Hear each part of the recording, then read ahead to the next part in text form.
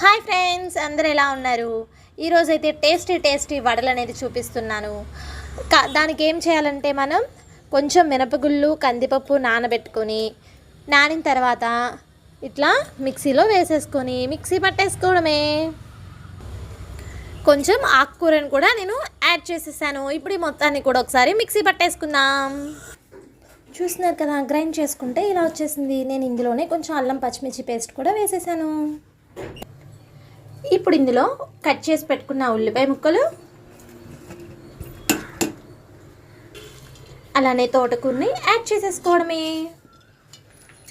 కొంచెం జీలకర్రని కూడా యాడ్ చేసేసాను. కొంచెం కారం. చూస్తున్నారు కదా, చక్కగా మొత్తం కూడా పిండిలో కలిసేలాగా ఇలా కలిపి పెట్టుకోవడమే. ఇప్పుడు కొంచెం సాల్ట్ కూడా మనం యాడ్ చేసేసుకోవడమే. ఇలా కాగే నూనెలో అలా వడ వేసుకొని ఇంకా వేపుకొని తినేయడమే. టేస్ట్ అయితే అద్దరిపోతుందండి.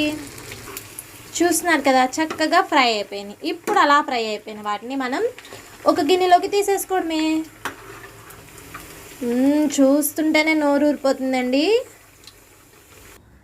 ఇంత టేస్టీ వాళ్ళు ఉన్నప్పుడు తినకుండా ఎలా ఉంటారు? ఇంకొక పట్టు పట్టాల్సిందేనండి. మీరు కూడా ట్రై చేయండి, చాలా బాగుంటాయి. ఈ వీడియో మీకు నచ్చినట్లయితే లైక్, షేర్ అండ్ సబ్స్క్రైబ్. ఇప్పుడు నేను టేస్ట్ చేయబోతున్నా. అద్దరిపోయిందండి, సూపర్.